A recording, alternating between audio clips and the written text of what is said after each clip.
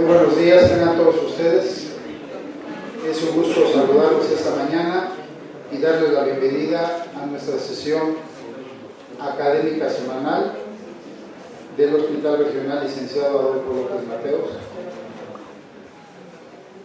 Este día tenemos la participación de la Coordinación de Pediatría y uno de los médicos adscritos de esta coordinación, que es el doctor Julio César Ramírez Reyes, médico adscrito al servicio de neurología pediátrica. Nos va a presentar el tema. El doctor Julio César Ramírez Reyes es un miembro del hospital desde hace muchos años, debido a que él hizo su especialidad de pediatría en la Escuela de Pediatría de este hospital regional. Posteriormente realizó el posgrado de Neurología Pediátrica en el Centro Médico Nacional 20 de noviembre y ahora regresa con nosotros para incorporarse como médico adscrito a la coordinación, y esto pues nos da mucho gusto porque él es un médico que siempre se destacó por su capacidad didáctica y educativa y su interés por la docencia. Él colabora como profesor de pregrado y posgrado dentro de la coordinación y lo invitamos a que nos presente este tema de sumo interés para todos los que somos profesionales de la salud, porque vamos a comprender mejor este tema muy interesante que es la neurobiología de la memoria. Démosle un fuerte aplauso, por favor, al doctor Julio César Ramírez Reyes. Bienvenido a casa nuevamente.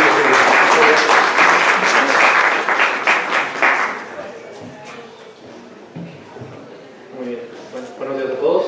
Primero que nada, gracias al doctor Nava, doctor Miguel, la doctora Flor, doctor Daniel, que por ahí debe andar llegando, doctor Pedro, que es el coordinador del servicio de neurología pediátrica.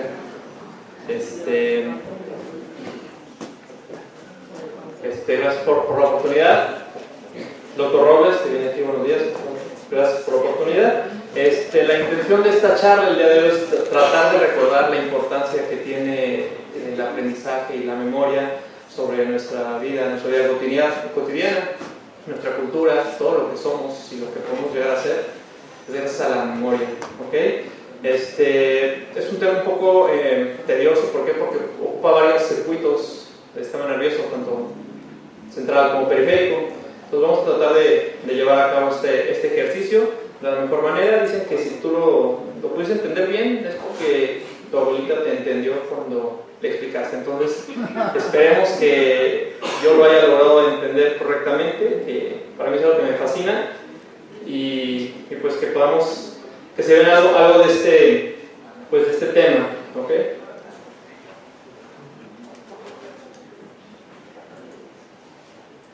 Bueno, pues como comenté, los seres humanos, los mecanismos importantes a través de los cuales el medio altera la conducta es el aprendizaje y la memoria. La conducta va a ser resultado de la interacción entre los genes y el medio. Como dice aquella canción, uno es no lo que quiere, sino lo que puede ser. Esos son los genes, pero no lo es todo. El medio va a cambiar, va a modificar la expresión de estos genes. En la neurología, como en muchas otras disciplinas, cada vez más hay estudios que demuestran la importancia de los genes sobre la conducta. Lo vemos mucho en la consulta. Llega el niño con déficit de atención, hiperactividad, trastorno de conducta, trastornos generales del desarrollo, y la pregunta obligada siempre es: ¿en casa quién es así? Siempre, o en un gran porcentaje de la respuesta, la respuesta es afirmativa. El papá o la mamá tiene conductas muy similares al niño. El aprendizaje es el proceso por el que adquirimos el conocimiento sobre el mundo. Mientras tanto, la memoria es el proceso por el que el conocimiento va a ser codificado, primero que nada, almacenado, para posteriormente ser recuperado y poder utilizarlo en nuestra vida cotidiana. Tenemos muchas conductas importantes que son aprendidas. Desde luego, somos lo que somos en parte por lo que aprendemos y por lo que recordamos. Aprendemos capacidades motoras que nos permiten dominar nuestro medio, y aprendemos lenguajes, que el lenguaje nos lleva a la comunicación que hemos aprendido, y de manera de transmitir la cultura para llevarlo de generación en generación y no empezar de nuevo. Lo veríamos, tal vez ustedes, los médicos internos o médicos externos de pregrado, si antes los videojuegos no teníamos memoria, cuando apagábamos la consola, ya no teníamos manera de recuperar hacia donde habíamos pasado en los videojuegos. Eso pasaría si no tuviéramos memoria. Iniciaríamos desde cero, pero afortunadamente ya no es así. Aprendemos capacidades motoras que nos permiten dominar nuestro medio. ¿Ok? Sin embargo, no todo lo que aprendemos llega a ser beneficioso. Hay trastornos de conducta que se ven reflejados, primero por tendencia genética, la expresión genética que va a dominar. Sabemos que por ejemplo, la esquizofrenia tiene un componente altamente hereditario, y finalmente los factores del medio ambiente que van a favorecer la expresión de ciertos genes. El aprendizaje produce alteraciones de conducta. La conducta, a su vez, se va a transformar o se va a presentar con trastornos psicológicos. El estudio del aprendizaje, por consiguiente, es fundamental para la comprensión de los trastornos del comportamiento, de la conducta normal, puesto que lo que se aprende, en algunas ocasiones, desgraciadamente, se tiende a olvidar. Cuando la psicoterapia tiene éxito, el tratamiento de los trastornos del comportamiento lo hace a menudo creando un medio en que las personas aprenden a cambiar sus patrones de conducta. Eso es lo vemos todos los días en la consulta. La mamá quiere la pastilla milagrosa, pero no existe, ayuda. Lo que más importa es la terapia conductual, crear medio para que el paciente favorezca su aprendizaje. Las neurociencias y la psicología cognitiva cada vez están teniendo un campo más afín para el tratamiento de estos padecimientos.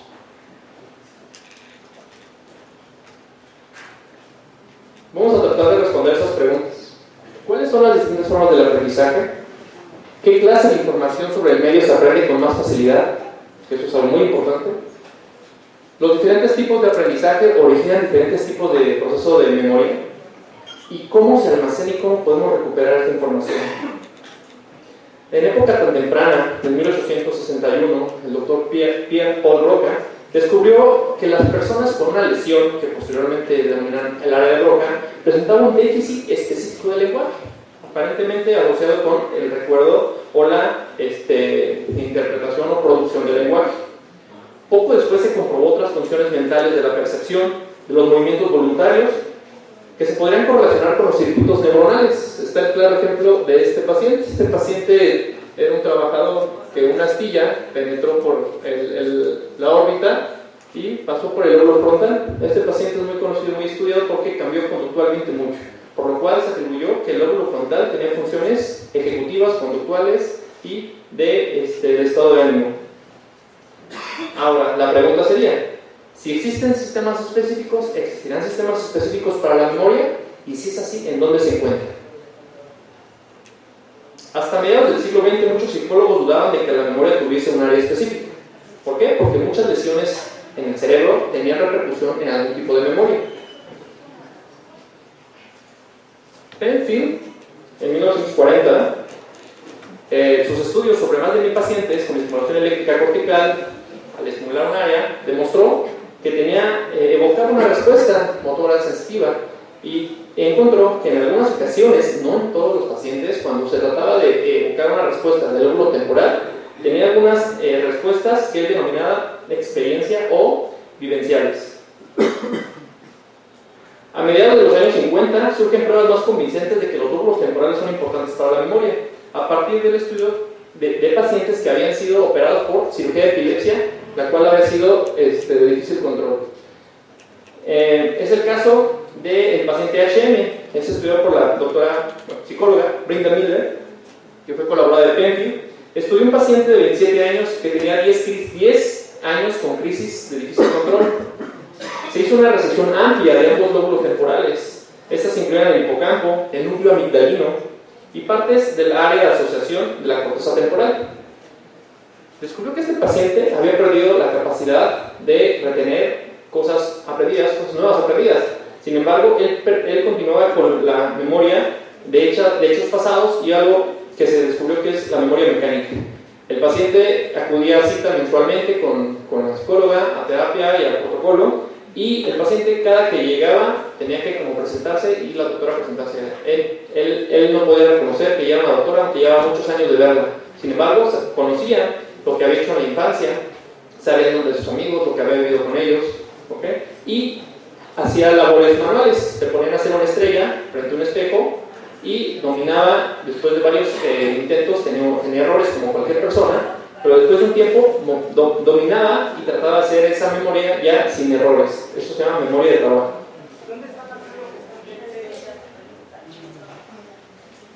Aun cuando los pacientes con lesiones del lóbulo temporal medial tienen déficits graves de memoria, pueden aprender cierto tipo de tareas y conservar lo aprendido durante el tiempo, como las personas normales. Esto lo descubrió en el paciente H&M. Podría aprender capacidades motoras, igual que las personas que no tenían ese tipo de lesión. Pero sin embargo, otro tipo de memoria a corto plazo y tratar de llegar a guardarla en una reserva no se podía con este paciente. ¿Cuál era la característica de la memoria del paciente que sí tenía? Uno, que era de naturaleza refleja, era inconsciente, era una memoria rígida, que el paciente hacía de manera inconsciente. Nos pasa, por ejemplo, cuando estamos en el sistema, pues, oye doctor, ¿me puede pasar su clave del sistema?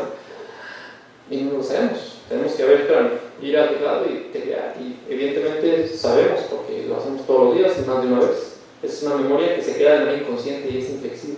A veces cuando cambiamos de servicio, tenemos dos instituciones y queremos entrar a otra computadora, tratamos de teclear la de la otra institución y pues, no queda.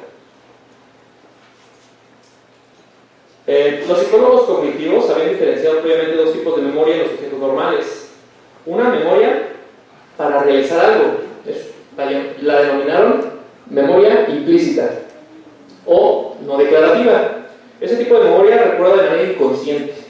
Esta memoria implícita, que normalmente se encarga de las capacidades reflejas, motoras, perceptivas, es rígida, está estrechamente concertada a las condiciones de estímulos bajo los cuales la origina.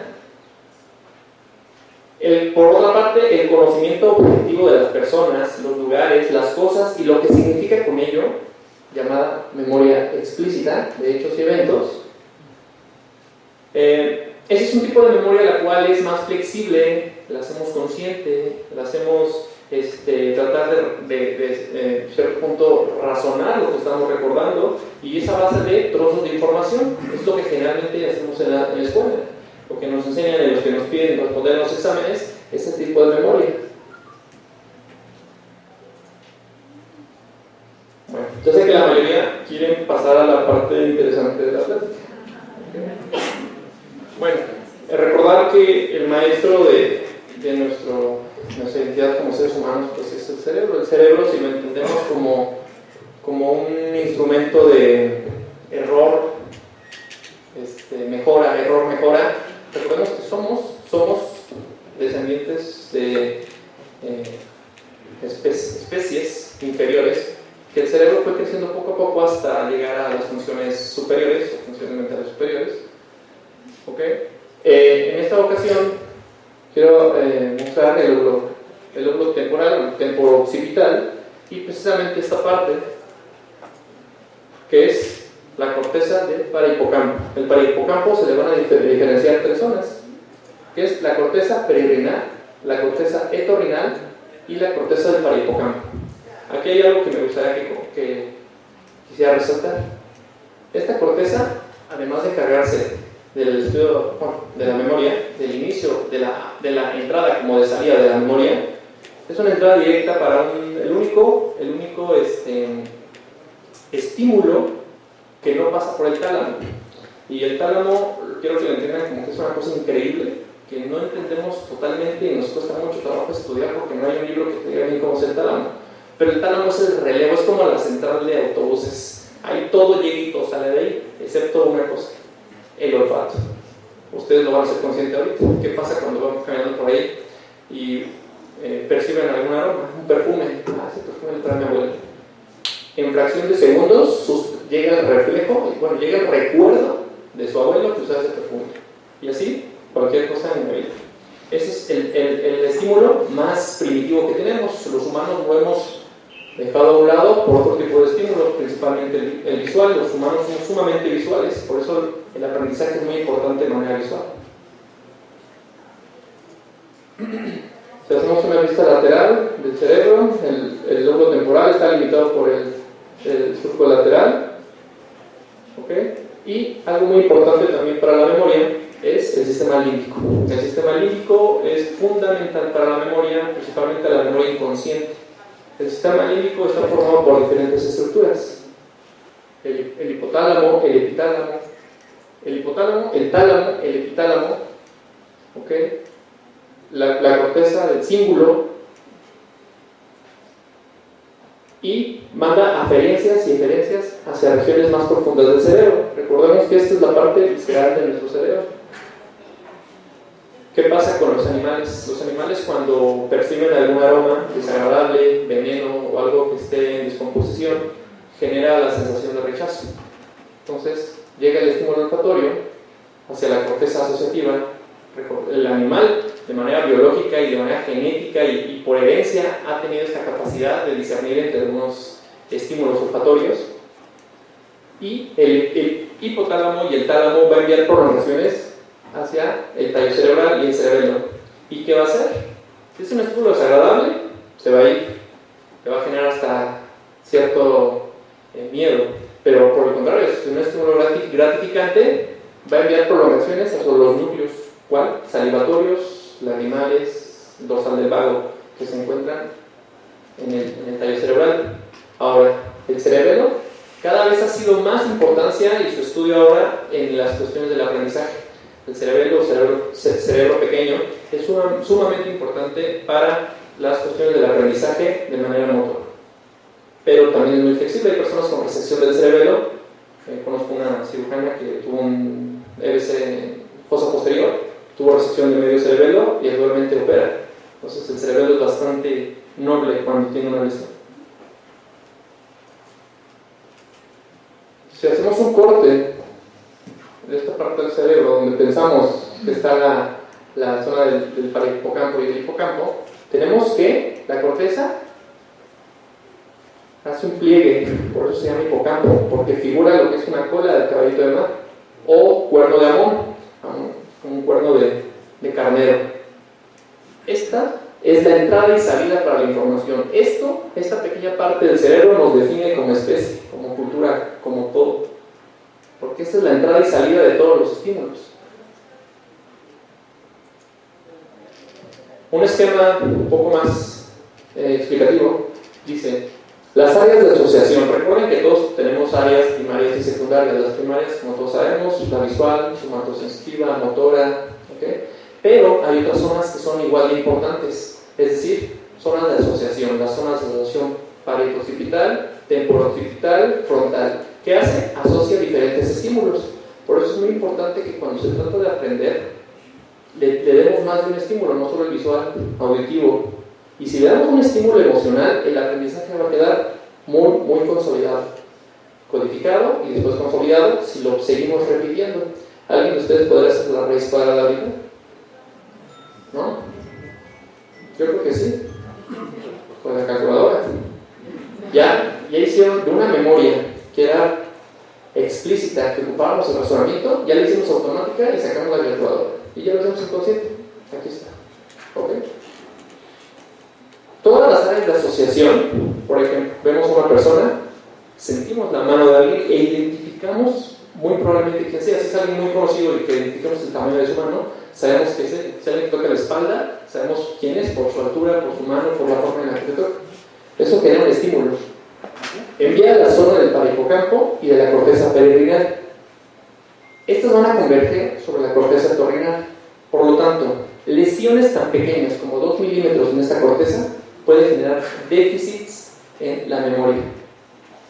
Después va a llegar propiamente a la corteza del hipocampo, a la circunvalación dentada, la zona del hipocampo CA3, CA1 y el subículo. El subículo es la entrada de la corteza otorrinal hacia esta corteza. Esto es sumamente importante. La mayor parte de la corteza del cerebro tiene 6 capas, como todos sabemos, más o menos diferenciadas en un lado que en otro. Pero esta zona del hipocampo solamente tiene 3. Es la arquicorteza, es la corteza más primitiva que tenemos. Quiere decir que a niveles inferiores tienen esto y le permiten generar conductas aprendidas y que han sido heredadas, lo que llamamos instinto, el instinto que los animales poseen. Ahora, ¿cómo almacenamos todo este tipo de información? Como se ha visto, las lesiones destructivas en áreas del cerebro en la corteza cerebral generan diferentes tipos de problemas de memoria. Un paciente, por ejemplo, con agnosia asociativa,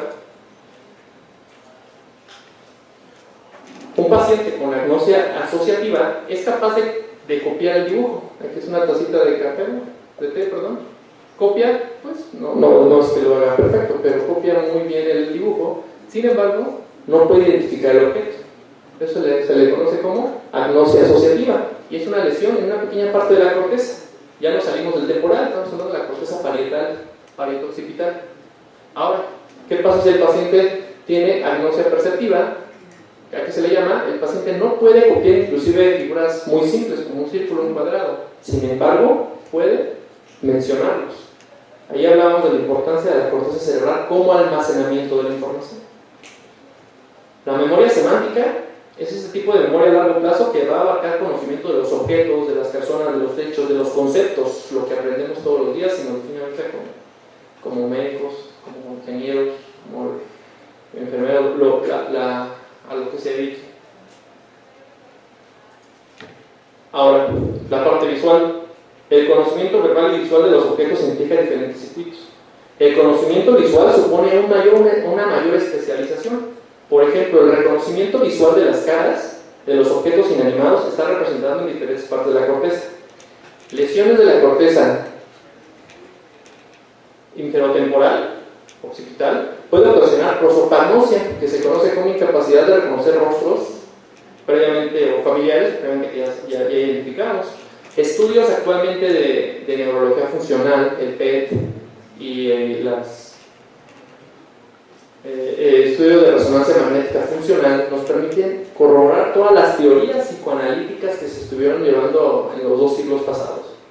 Y eso es fascinante porque antes la clínica, bueno, actualmente también, pero antes era lo único. Entonces es la parte bonita de la neurología, que puedes identificar con la exploración la lesión, y pues ahí le pedimos la resonancia para corroborar. Es llamativo que los pacientes con pérdida de memoria episódica conserven la capacidad de recordar amplias reservas del conocimiento. Un paciente podría recordar los hechos de las personas sobre sus amigos y personas famosas, como sus nombres, sus características, pero sería incapaz de relacionarlo en dónde lo conocí.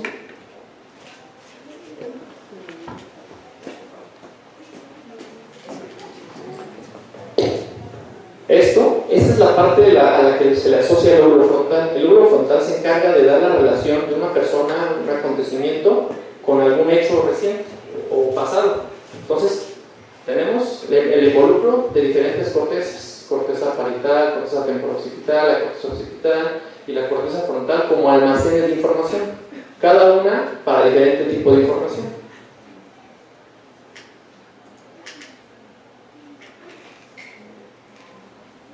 Ahora, el proceso del conocimiento explícito, episódico y semántico. Recuerden que esta es la parte que aprendemos. Episódico, que hicimos hace un año. Semántico, no sé cuál es el tercer par, el cuarto par, o el tema que ustedes quieran. Semántico. Primero que nada, tiene que haber una codificación.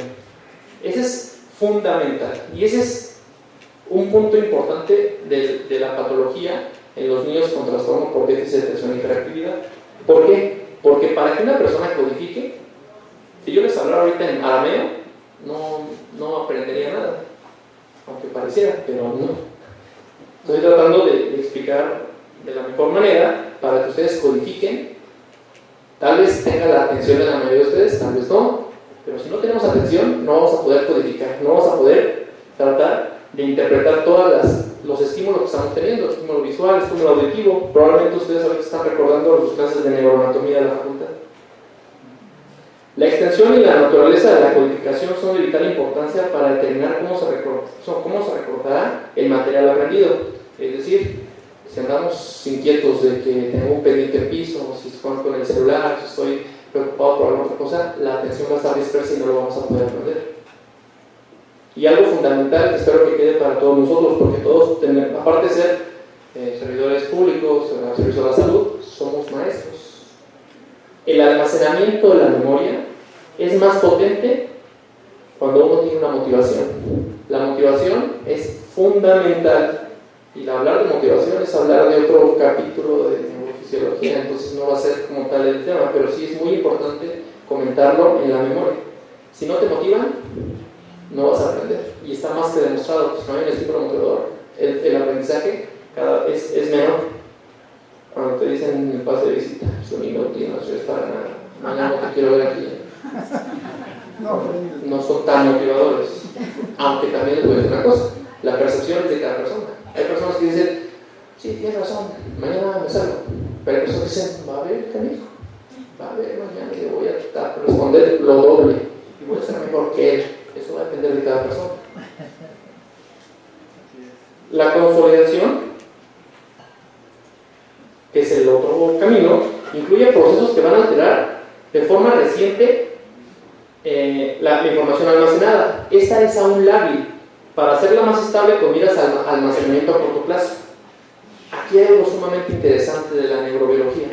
Para que haya consolidación, tiene que haber expresión de genes, expresión de proteínas, se refuerzan las conexiones sinápticas. Recuerden que nuestras sinapsis, la mayoría es química, ya no tenemos tanta sinapsis eléctrica, que es muy lábil. Los seres inferiores tienen más conexiones sinápticas eléctricas. Entonces, para tener una mayor estabilidad, un mayor refuerzo de esas conexiones sinápticas, necesitamos expresión de genes. Por lo cual, cuando estamos aprendiendo, estamos teniendo diferenciación de genes y expresión de proteínas. El almacenamiento es casi ilimitado, o sea, no olvídense de su memoria, de su pega y todo eso, no. Esto es ilimitado, no tenemos límite para nuestra memoria. Una de las manifestaciones destacables del almacenamiento a largo plazo es que puede tener una capacidad ilimitada. Y finalmente, ¿de qué sirve que la tengamos si no la recuperamos? ¿Okay? ¿Qué pasa con los? Dicen que a veces hay médicos, hay profesionales que son como delfines, son muy inteligentes, pero no tienen manos para llevar a cabo esta información. Por lo contrario, a veces los changuitos son menos inteligentes que los delfines, pero tienen manos, unen pulgares y son más sabios. Entonces no solamente basta con almacenarla, hay que recuperarla y utilizarla. Y esta recuperación también depende de cómo lo percibí. ¿Qué pasa a veces? Estoy leyendo, percibo algo de manera errónea y en el pase de visita me preguntan y el médico te dice, no es correcto. ¿Y tú cómo puede ser? Yo lo leí ayer. Sí, pero no. Y entonces tú te quedas así frustrado, ¿no? Con cierto enojo, furia. Vas al libro y dices, no leí que era lo contrario a lo que yo había entendido. Y eso nos va a quedar, y seguramente ahorita tú estás haciendo el ejercicio de, sí, esto, ¿no? Todo esto, acuérdense que nosotros traemos ¿cómo se llama? Un borrador, un acordeón, y está aquí. Si todo lo hacemos consciente, vamos a poder entender la neuroanatomía, que es un poquito áspera.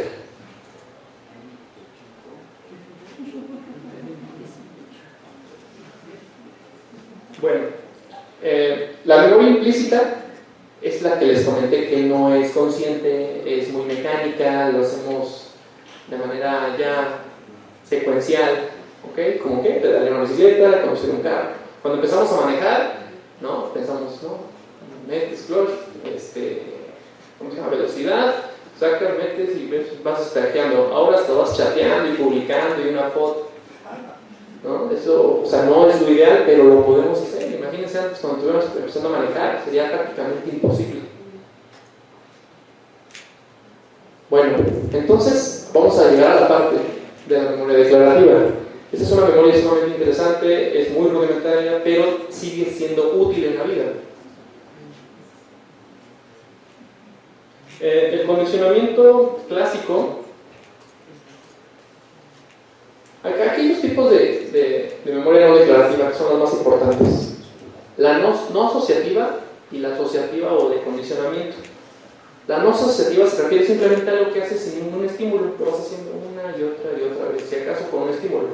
Por el contrario, el condicionamiento clásico implica la asociación de dos estímulos. ¿Cuál es? Es el clásico estudio que hizo Pavlov, ¿no? Generar un estímulo débil, como que era la luz, sonido, y esto iba seguido de un estímulo que generaba mayor fuerza. ¿Cuál? Puede ser un estímulo positivo o un estímulo negativo, es decir, que le dé de comer o que le dé un choque eléctrico. Evidentemente, si había una luz prendida y generaba que iba a salir un alimento para el perro, pues primero se prendía la luz, ya después de varios intentos, el perro empezaba a salivar. Después de varios intentos, aunque no salía comida, el perro ya estaba condicionado. Aquí está, el experimento de Pablo. Entonces, es una forma de aprender. Hay dos formas, la buena y la mala. Hay estudios de que el conocimiento, cuando va precedido de un estímulo positivo, es mejor. Y hay otro tipo de condicionamiento, que es el reforzador positivo. Aquí en esta ocasión, la ratita no tiene un estímulo. Sin embargo, como tiene hambre, empieza a estar por la jaula y toca una palanca, un interruptor, que va a desencadenar la caída de comida. Entonces aquí lo hace de manera voluntaria. Entonces el estímulo tiene que ir seguido para que se refuerce de un estímulo que nos refuerce el conocimiento. ¿Qué es decir? Si estudian, van a sacar 10. Y eso es lo que hacemos en la vida cotidiana. Y eso es lo que tenemos que hacer. Evitar los estímulos negativos. Si no estudias, te saco de salud. Ahora, como les comenté, la parte del cerebro primitivo es fundamental para entender la memoria y el aprendizaje. Todos ahorita van a recordar algo que en la infancia hacían y hasta ahora lo dejan de hacer. ¿Por qué? Porque había un estímulo que repercutía en las emociones. Y en esta tiene que ver mucho con la amígdala. Seguramente todos a algo le tienen miedo. Por un miedo, ya sea los murió un perro, tuve un accidente, algo que los marcó y ha quedado muy particularmente representado en toda la corteza. Pero el estímulo es sumamente fuerte. ¿Por qué? Porque está asociado con la amígdala. La amígdala es como la parte más visceral del cerebro, que se encarga de todas las funciones viscerales. ¿Qué pasa si vemos a un doctor que nos hizo pasar malos ratos en la facultad? ¿No? Primero la cara de expresión, recuerden que los movimientos de la cara previamente no eran voluntarios, eran reflejos. Los animales no lo ocupan de manera voluntaria, todo es para masticar, defenderse. Entonces primero es la expresión facial. Recuerden que el lenguaje corporal no engaña. Cuando van a consultas, a entrevistas de trabajo, eso es lo más importante. Ahí realmente refleja a la persona que eres. Puedes venderte como una persona diferente, pero el lenguaje corporal no, porque es muy inconsciente. Entonces, si encuentran una persona que les generó algún recuerdo bueno o malo, va a haber una expresión, va a haber reflejos viscerales, va a haber cambios en la frecuencia cardíaca, en la frecuencia respiratoria, va a haber rubicondez. ¿Qué pasa en situaciones estresantes? ¿Qué pueden tener? Síntomas digestivos, síndrome de colon irritable. Todo eso se va a expresar porque un recuerdo que fue a través de la amígdala, que representó emociones, involucró el sistema límbico, va a llevar al tallo para enviar eferencias hacia la médula, hacia la parte simpática y parasimpática saca.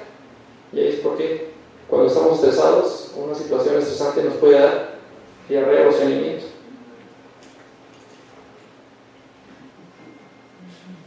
Como ven, no ocupamos el 10%. Tan solo estoy hablando de una función que es la memoria. Todas estas funciones, todos estos circuitos que involucran la memoria, hay que entenderlas para poder tratar a un paciente con problemas de aprendizaje, con problemas de déficit de atención, problemas de conducta. ¿Para qué? Para que no nos pasemos con los adultos y tengamos secuelas laborales, secuelas de la vida, con la familia. ¿Okay? Ya el DSM-5 hizo su modificación para el TDAH. Ya se puede hacer el diagnóstico después de los 12 años. ¿Por qué? Porque ya se vio que repercute. No dudo que tenga un sesgo farmacéutico, seguramente, pero sí está estudiado que los adultos con TDAH son disfuncionales, cambian de trabajo, aparte son oposiciones desafiantes.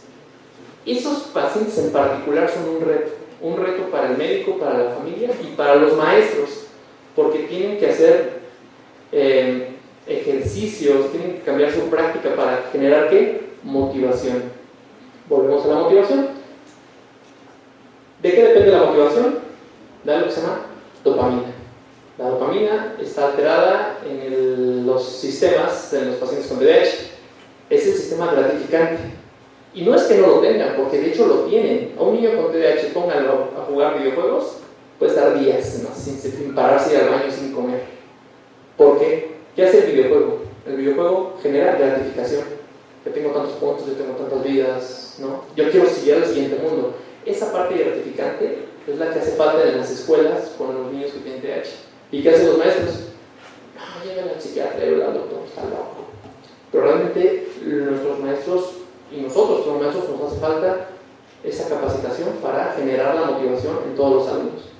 Tal vez aquí sentados, muy probablemente, no tal vez, muy probablemente que tenemos fuera de serie que hagan cosas increíbles con la motivación, porque el cerebro todos lo tenemos muy similar, no iguales, porque fenotípicamente somos todos diferentes, pero al menos funcionamos igual. Mi mano funciona igual que la de ustedes. Entonces el cerebro también tiene que funcionar igual para la mayoría. Bueno, pues para finalizar, el estudio de la neurología de la memoria ha dado orígenes a tres generalizaciones. La memoria tiene fases. La memoria a largo plazo está representada en múltiples regiones por todo el sistema nervioso, y las memorias implícitas y explícitas implican diferentes circuitos neuronales. En los distintos tipos de procesos de memoria intervienen diferentes regiones, combinaciones de regiones en el cerebro. La memoria explícita, lo que recordamos, lo que hacemos todos los días, es la base del aprendizaje de hechos y experiencias.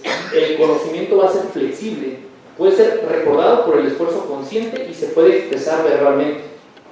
Entre los procesos de memoria implícita se encuentran formas de memoria perceptiva, motoras, del conocimiento, que está ligado a estímulos, que se expresa a través de la ejecución de manera inconsciente. Es inflexible, lo hacemos de manera cotidiana sin pensar. La memoria implícita fluye automáticamente al hacer cosas, donde participa el cerebelo, los núcleos amigdalinos, sistemas motores sensoriales específicos.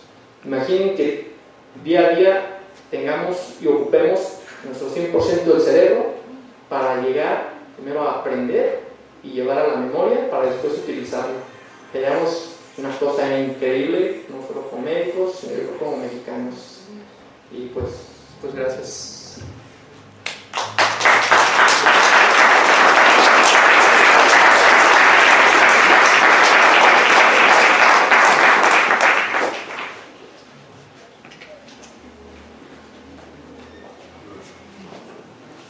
¿Alguna pregunta o comentario para nuestro profesor? Yo. Bien. Buenos días. Te felicito porque en poco tiempo pudiste resumir y le das valor a las palabras. Cada palabra tiene su porqué en esta parte de la memoria. Y los que no creen en los viajes en el tiempo, yo creo que la memoria es el mejor caso de viaje en el tiempo. Ustedes recuerdan que hicieron en la mañana y están haciendo un viaje en el tiempo. Cuando recuerdan la última vez que en su primer beso hacen un viaje en el tiempo, están haciendo un viaje en el tiempo increíble. Entonces, los que no creen en el viaje en el tiempo, aquí esta es una buena forma. Los invito a leer a Oliver Sacks, que es un neurólogo que falleció hace pocos años, y habla de manera de cuento y novela de enfermedades reales. Una de las cosas importantes es que, con respecto a la memoria, que me encantó, es que entre más aferencias tengas, pues mejor retención de la memoria. Yo soy una persona que toma café todos los días, desde los 10 años de mi vida, desde que cumplí 10 años, perdón, yo sé que eso no es bueno que decirlo, pero sí. Pero jamás se me va a olvidar el día que tomé café casi a las 8 de la mañana de un 19 de septiembre de 1985. Posiblemente ustedes no se acuerden qué hacen todos los días cuando toman un café, cuando comen. ¿Qué comieron antier? No se acuerdan. Pero ese día yo me acuerdo perfecto. Porque estaba tomando y todo empezó a temblar. Y el edificio de enfrente se cayó. De la casa donde yo vivía. Y ya pasó. No podré olvidar jamás ese día. Pero ahora, ese 19 de septiembre del año pasado, no solamente recordé eso, sino ahora con la alarma auditiva, no solamente es el recuerdo evocativo del temblor visual, sino ahora el sistema auditivo, más mi recuerdo emocional. Eso hace que la memoria quede completamente afianzada, ¿no? Entonces, son cosas interesantes. Hay que trabajar en la memoria con los estudiantes, porque es la única forma para que ellos sigan aprendiendo a hacer estimulaciones positivas, utilizando todos los sentidos. Y al hablar todos los sentidos, quiero romper paradigmas con esto, ¿no? Entonces te felicito, me pareció excelente tu plática, y pues a trabajar, ahora a hacer investigaciones. Doctor Robles. Julio, muchas felicidades. Creo que no me equivoqué, ¿no? Qué bueno que contratamos. Platícalo. Era un hombre muy rebelde de hacer residencia. Ya, casi lo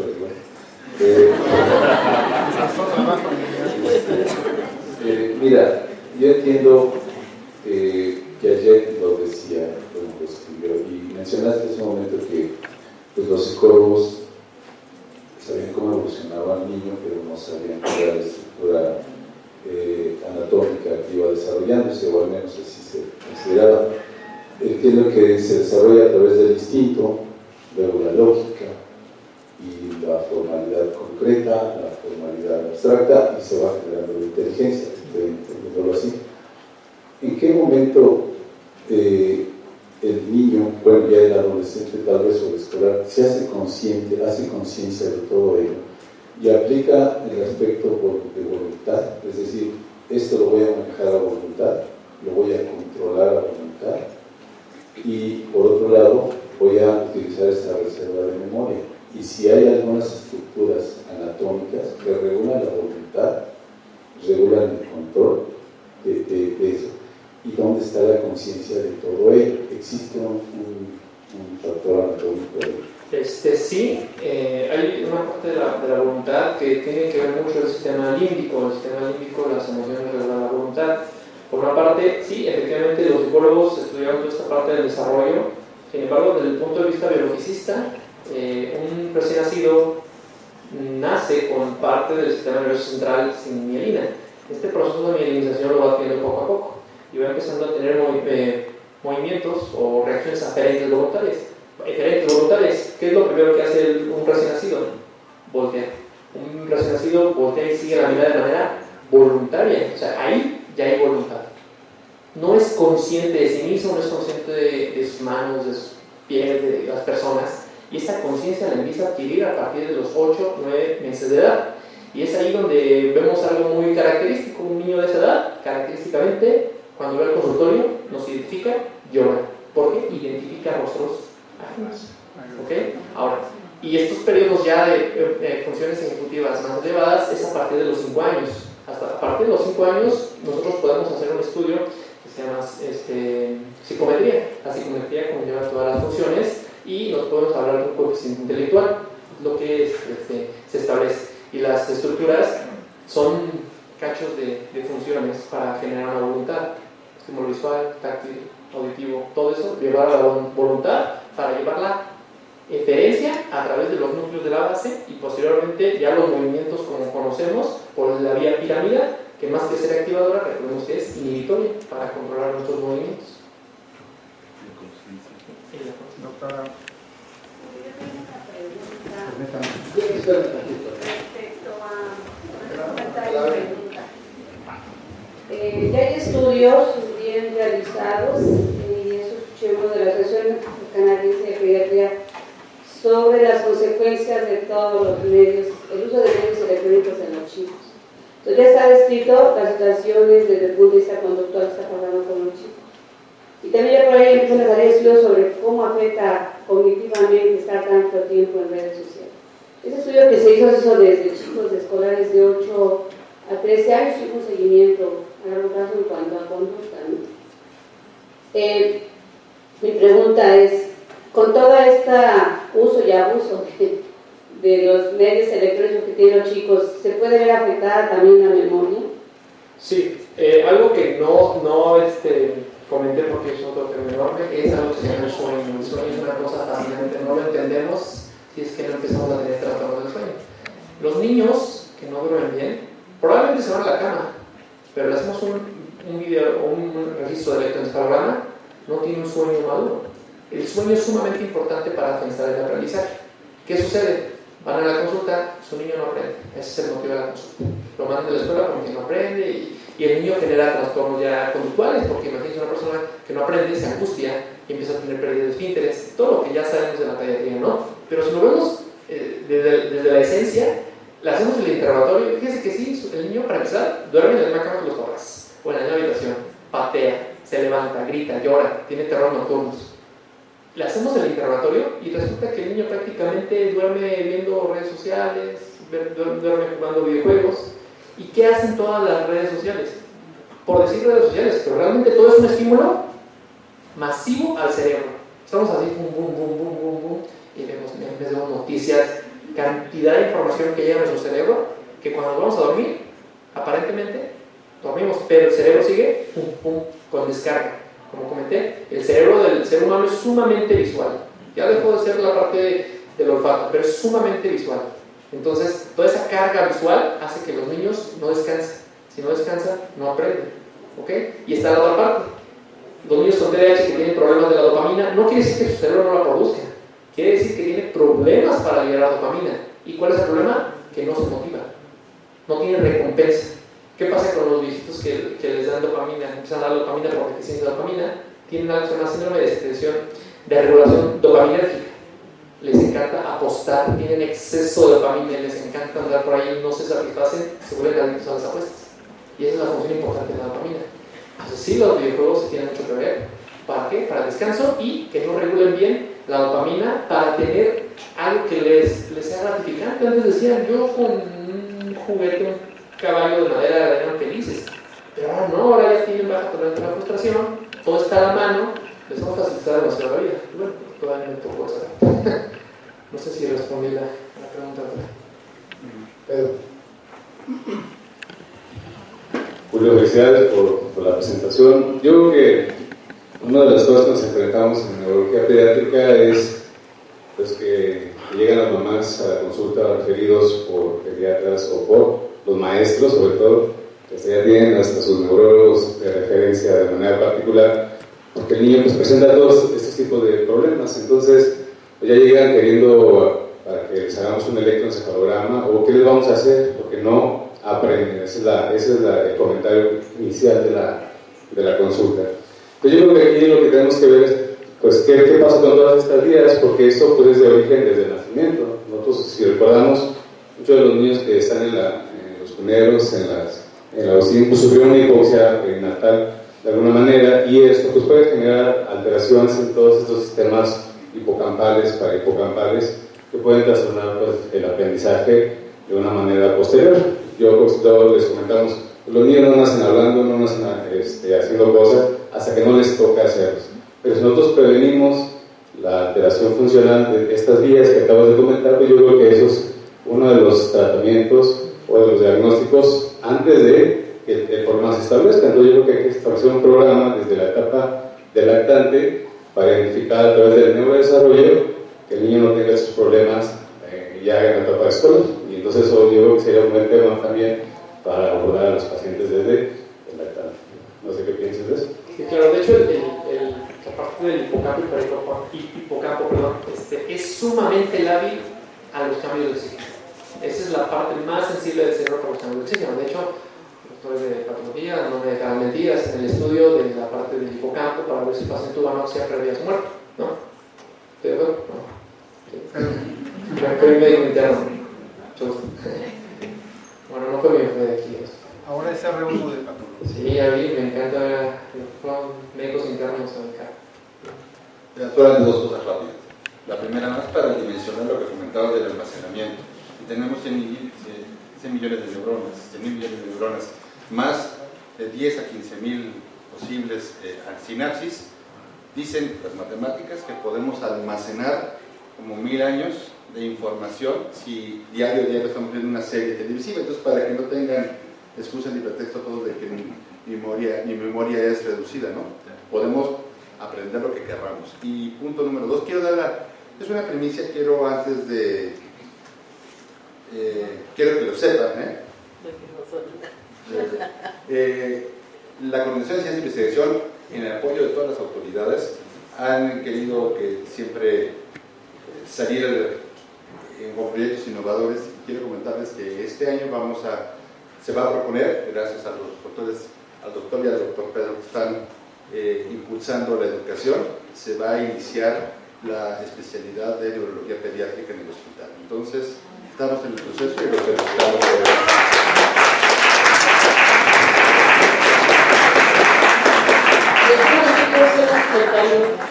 En relación a la perspectiva de curso de vida de todas estas cosas. Yo soy geriatra, yo estoy en el otro extremo de la vida y veo las otras patologías. Y es verdaderamente dramático cuando esto se pierde, que no nos permite funcionar en la vida. Y como ahorita tenemos alrededor de 800,000 personas mayores de 60 años con enfermedad de Alzheimer. Y el hecho de no poder reconocer la cara de un hijo, ¿sí?, o del individuo que te acompañó a un lado toda la vida, o de verse a un espejo y no poderse reconocer uno mismo, ¿sí? O sea, la tragedia de la pérdida de la memoria y la afectación de la persona, del entorno y de todos los demás, porque le imponemos una carga a todos los demás que nos tienen que cuidar. Entonces, es un tema fascinante y ahora me comprometo a que lo veamos en una siguiente sesión desde la geriatría, con esta perspectiva de curso de vida, y buscarnos y traer a expertos en memoria en los adultos mayores. Muy bien. Gracias. Perfecto. Gracias.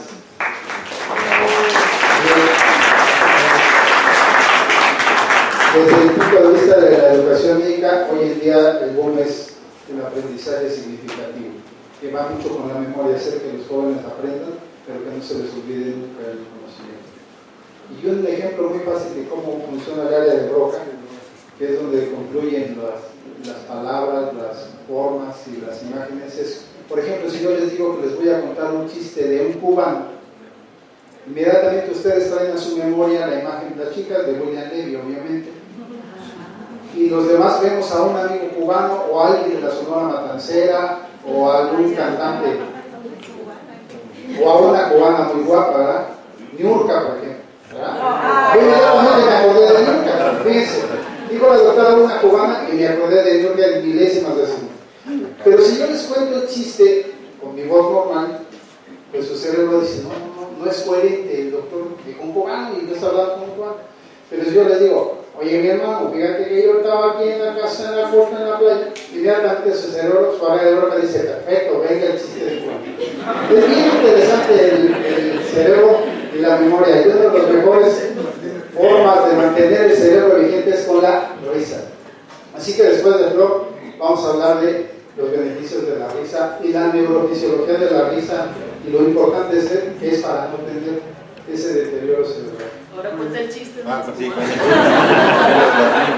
Cuando estaba un cubano te lo sentencian a la hora. Tú le pones la soga del cuello y cuando le empiezan a jalar, pues siente feo y dice, oye mi hermano, espérate chico. Yo voy a pedir mi último hacer, la última vuelta, y dice el verdugo, a ver qué quieres tú, negro desgraciado, porque cubano lo asociamos con kilos. Pues yo quiero pedir mi última voluntad, chico, dice, bueno, ¿qué quieres pues? Dice, yo quiero pedirte que me ponga la soguita en la muñeca, dice, porque acá siento que me aficio. Gracias. Bueno, estimado amigo, a nombre de la dirección del hospital y de la coordinación de enseñanza e investigación, le entregamos al doctor José Ramírez Reyes una constancia por su excelencia.